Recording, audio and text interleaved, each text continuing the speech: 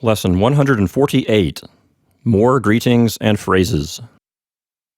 So, Bill, this is the chapter I've been most excited about in making commentary for the whole book, because we really get to start getting into some idiomatic phrases to really communicate with one another in Latin. Well, we already talked about gratias tibi ago, which literally says, thanks to you I give, or thank you. Right, but we need to have the reply for that, right? Yes, we do, if we want to be polite. And we do. So why don't you please tell them what the reply to gratias tibi ago is? Libenter. Right, that's how we say you're welcome. And it's okay if you translate it as you're welcome, but Bill, what does it literally mean? Well, it's related to English words like liberty, which means freedom, right? So literally it means something like freely, gladly, willingly. Exactly.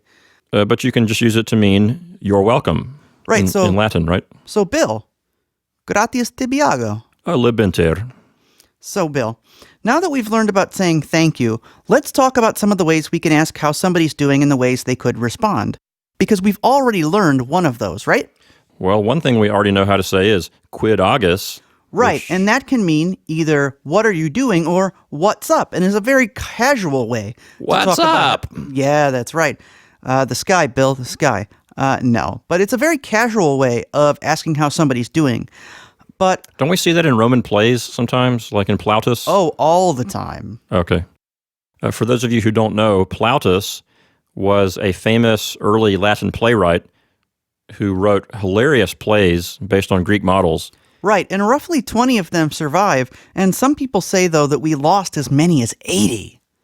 So what are some other ways we can ask somebody how they're doing, Bill? Well, we have walesne here, which really they already know, technically speaking, because it's the verb waleo, which means to be well, and it's in the second person singular with the special ne suffix that turns it into a question. So it means, are you well? Waleo. And the next one we have is a bit more involved. However, they know most of it already. Exactly. So the only new word we have here is quomodo. That's right. Quomodo means how. And then habes is second person singular of the verb habeo. So it means you have or you hold. And then te means you. So literally it says, how you do you hold? Or how do you hold yourself? Right, but when we translate this phrase, we can just say it as, how are you doing? Oh, I'm doing fine. Thanks for asking. Right, but let's talk about how we should respond. Okay. Well, if you want to say that you're doing well, you can say bene. Right. And what's another way we could say that we're doing well? Well, we can reuse the verb we just talked about a moment ago, waleo, which means I'm well. And if I ask you, Bill, como no te habes, what might be the best way to respond? Well, that's the next example here. Bene me habeo. Of course, habeo means I have or I hold. And then me means me. And bene means well. So literally it says, well, me do I hold. Or I hold myself well. Or I'm doing well. How to talk when you are not doing well, tell me. Well, bene means well. And the opposite of that would be male, which means badly or poorly. So if I say male me habeo, I'm saying I hold myself poorly. Exactly. Or I'm not doing so well. Finally, we need to talk about some other short sentences that will help us be polite in addition to gratias tibi ago and libenter.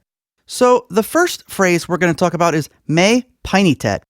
And we don't need to go into how all of the grammar for this phrase works. Just know that it means that you are sorry in the sense that you regret something that you did.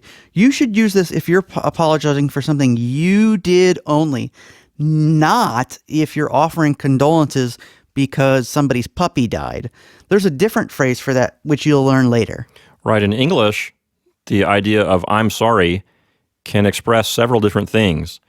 But as Michael said a moment ago, in Latin, we have separate phrases for those things. Right. And another sense we say I'm sorry in English is to sort of ask for forgiveness. And a very typical way to do that in Latin is with this phrase, ignosce mihi. So ignosce mihi basically translates to excuse me. Wouldn't you agree, Michael? Right. And if you want to talk about the grammar of it for a minute, it's another one of these verbs that works with the dative case, like pareo.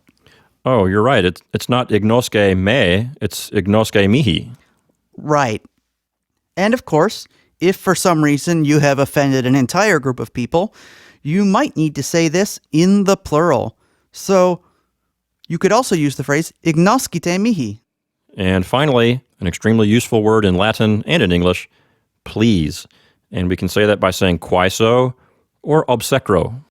And it's really great because we can just kind of throw these into our sentence and not think too much about the grammar.